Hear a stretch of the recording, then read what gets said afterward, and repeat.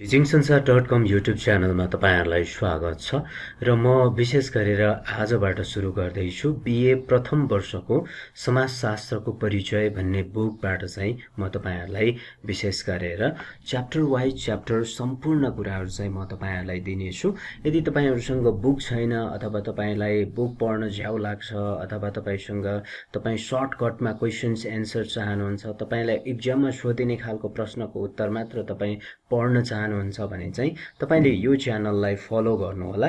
मैले आजबाट अध्याय 1 बाट सुरु गर्दै छु। समाजशास्त्रको परिचय अध्याय 1 समाजशास्त्र र समाजशास्त्रको बुझाइ भन्ने टपिक्सबाट चाहिँ म तपाईहरुको लागि आजबाट सुरु गर्दै छु र यो एकदमै क्युएनए र नोट मात्रै हुनेछ। तपाईहरुलाई बुकको लामो स्टोरी म तपाईहरुलाई सुनाउने छुइन। यसमा जस्ट तपाईलाई चाहिने क्वेशन्स, एक्जाममा सोधिने खालको क्वेशन्स, त्यस्तै गरेर त्यो क्वेशन्सको एन्सर चाहिँ एकदम सर्टमा तपाईहरुलाई दिने कोसिस गर्नेछु र तपाई कलेज जान पाउनुहुन्न, तपाईसँग बुक छैन अथवा तपाईलाई लामो क्वेशन्स एन्सर मन पर्दैन भने चाहिँ तपाईले यो भिडियोमा दिएको च्याप्टरहरुलाई तपाईले चाहिँ नोट गर्न सक्नुहुनेछ। र अब हामी सुरु गरौँ। यदि तपाईले युट्युब च्यानलमा तपाई पहिलो चोटि हुनुहुन्छ भने चाहिँ युट्युब च्यानललाई सब्स्क्राइब गर्नुहोस् अनि साइडमा रहेको बेल बटनलाई क्लिक गरिदिनुहोस्। अन्य थुप्रै विषयवस्तुसँग सम्बन्धित भिडियोहरु अब ल्याउने प्रोसेसमा छु, त्यसैले तपाईले च्यानललाई फलो गर्नु होला।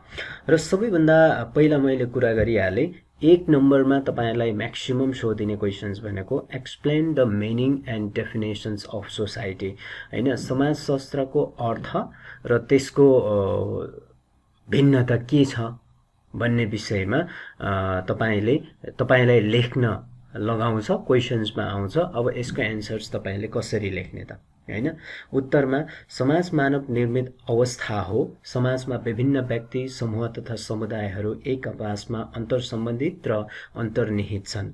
व्यक्तिहरूले समाजमा अन्तर्क्रिया गर्दा सहयोग लेनदेन गर्दा प्रक्रिया र प्रतिक्रिया गर्दा समाजको निर्माण हुन्छ। समाज बुझ्नको लागि हामीले समाजमा मानिसहरू हुन्छन् भन्ने तथ्य बुझ्न आवश्यक हुन्छ। समाजमा रहेका व्यक्तिहरूको कार्य, भूमिमा र हैसियत वा स्थानहरू फरक हुन्छन्। ती उद्देश्य पूरा गर्नका लागि व्यक्ति बीच र समूह संस्था बीचमा अन्तर्क्रिया र सम्बन्ध कायम गरिन्छ। तसर्थ समाजशास्त्र भनेको व्यक्तिहरूको जाल हो, हैन? हाम्रो समाजमा हामी विभिन्न प्रकारका व्यक्तिहरू, विभिन्न समूहका व्यक्तिहरू, विभिन्न समुदायका मान्छेहरू चाहिँ हामी बस्छौं। हामी बसिसकेपछि चाहिँ यो समाजमा हामीले विभिन्न प्रकारका लेनदेनका कुराहरू गर्छौं, एक अर्कालाई सरसहयोगको कुराहरू गर्छौं, हैन? त्यो कारणले गर्दाखेरि सामान्य भाषामा सामान्य तरिकाले हामीले बुझ्ने भनेको चाहिँ समाजशास्त्र भनेको चाहिँ एउटा व्यक्तिहरू बीचमा मिलेर बनेको एउटा अन्तर्सम्बन्ध र एउटा जालो हो भनेर तपाईले बुझ्नु पर्यो। मानिसहरूसँग रहेका सम्मान, मूल्य, मान्यता, संस्कृति आदिका आधारमा अन्तर्क्रिया हुने गर्दछ। त्यसैले समाज एउटा प्रणाली हो जहाँ मानिसहरू संगठित व्यवस्थामा सँगै रहन्छन् र धर्म, संस्कृति, मूल्य, मान्यता आदिको आधारमा एक आपसमा व्यवहारहरू हस्तान्तरण गर्छन्। शाब्दिक अर्थमा समाजको अर्थ बुझ्ने हो भने अंग्रेजी शब्द सोसाइटी ल्याटिन शब्द सोसियसबाट चाहिँ लिएको देखिन्छ, जसको अर्थ मैत्री सम्बन्ध तथा सामाजिक सोसिएबिलिटी भनिन्छ भनेर चाहिँ बुझिन्छ भनेको। अब तपाईले यसको समाजको अर्थ भन्नु पर्दाखेरि चाहिँ यो विशेष गरेर अंग्रेजी शब्द सोसाइटी ल्याटिन शब्दको आएको हो, अर्को चाहिँ ल्याटिन शब्दको सोसियसबाट आएको हो। अब सोसाइटीको अर्थ चाहिँ मैत्री सम्बन्ध भन्ने चाहिँ बुझ्नु पर्यो। तपाईले यसरी चाहिँ बुझिन्छ है। तपाईलाई यो क्वेशन्स आयो भने तपाईले यसरी लेख्ने हो। अब अर्को भनेको विभिन्न परिभाषाहरूलाई हेर्दा समाज व्यक्तिहरूको थुप्रो मात्र नभई यो त मानवीय सम्बन्धको एउटा प्रक्रिया, ढाँचा र सञ्जाल हो। समाज एउटा संरचना पनि हो, तर यो संरचना तब मात्र समाजका रूपमा हो जब संरचनाका एकाइ बीचमा सम्बन्ध र अन्तर्क्रिया रहन सक्छ। त्यसैले यो एउटा अमूर्त अवधारणा पनि हो। विभिन्न अमूर्त सम्बन्धहरूको एकीकृत रूप नै समाज हो। हैन। समाज अब मानिसहरू बसेर मात्रै भएन हैन, त्यो मानिसहरू बसिसकेपछि चाहिँ उनीहरूको बीचमा एक तरिकाको एक प्रकारको अन्तर्क्रियाहरू हुनु पर्यो, एक प्रकारको सामञ्जस्यता आउनु पर्यो, अनि तिनीहरू बीचमा लेनदेनको कुराहरू हुनु पर्यो हैन। अनि त्यसपछि मात्रै उनीहरू बीचमा एकीकृत रूपमा मिलेर बसेको समाज नै एउटा एकीकृत रूपमा मिलेर बसेको एउटा समूह नै समाज भनेर बुझिन्छ। हामीले बुझ्ने गरेका समाजहरू ग्रामीण समाज, सहरी समाज, थारू समाज, सभ्य समाज, आधुनिक समाज आदि सबै समाज नै हुन्। तर समाज शास्त्रीय बुझाइमा चाहिँ प्रत्येक यी तहका समाजलाई जब समाज भन्न सकिन्छ तब तिनमा रहेका एकाइहरू बीचमा अन्तर्सम्बन्ध, अन्तर्निर्भरता तथा अन्तर्क्रिया रहन्छ। त्यसैले समाजलाई मानवीय व्यवहार र सम्बन्धको समुच्च व्यवस्थाका रूपमा चाहिँ हेर्न सकिन्छ भनेको छ।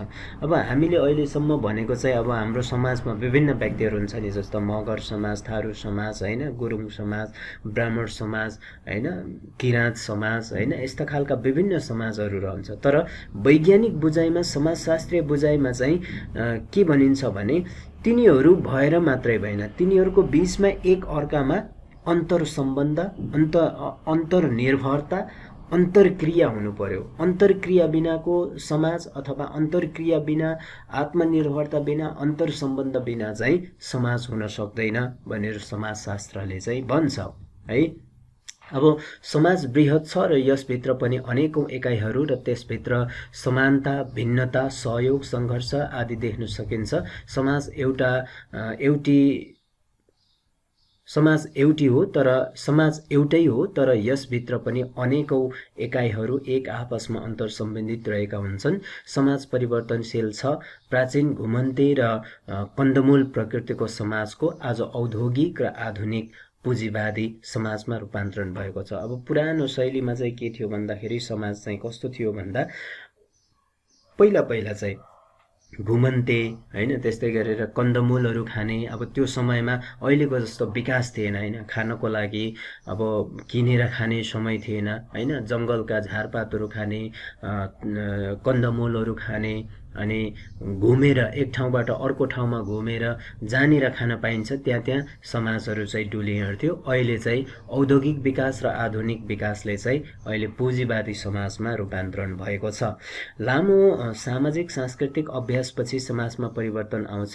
यसलाई दुर्खिमले यान्त्रिक एकताबाट चाहिँ जैविक या एकता तर्फको परिवर्तन भनेका छन्। त्यसैले समाज किन र कसरी परिवर्तन हुने गर्दछ भन्ने सैद्धान्तिक बुझाइको आवश्यकता हुन्छ।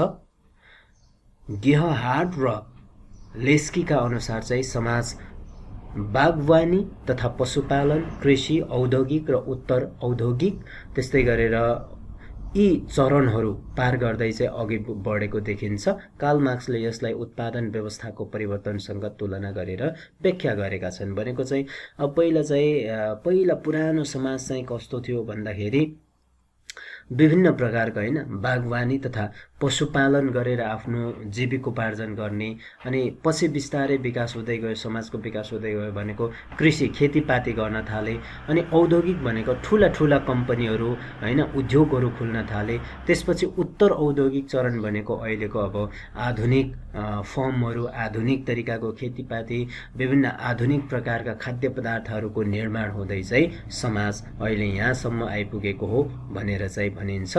विशेष गरेर तपाईलाई यो क्वेशन सोध्यो भने तपाईले यी एन्सर्स तपाईले उत्तरमा यो लेख्नुभयो भने चाहिँ यति लेख्नुभयो भने तपाईले मजाले तपाईलाई मार्क्स आउँछ, नम्बर आउँछ। विशेष यो क्वेशन्स हैन explain the meaning of definition and definition of society भन्छ। अब यो तपाईलाई समाजशास्त्रको अर्थ र यसको परिभाषा देऊ भन्यो भने चाहिँ तपाईले के गर्नु पर्यो, यो कुराहरू लेख्नु होला र यो नोट तपाईको लागि मैले छोडिदिने छु। नोट गर्नु होला र यसलाई तपाईले राम्रोसँग पढ्नु भयो भने तपाईलाई राम्रो मार्क्स आउनेछ। अर्को च्याप्टरमा अर्को क्वेशन्स यस्तै खालको सर्टकटमा लिएर आउनेछु।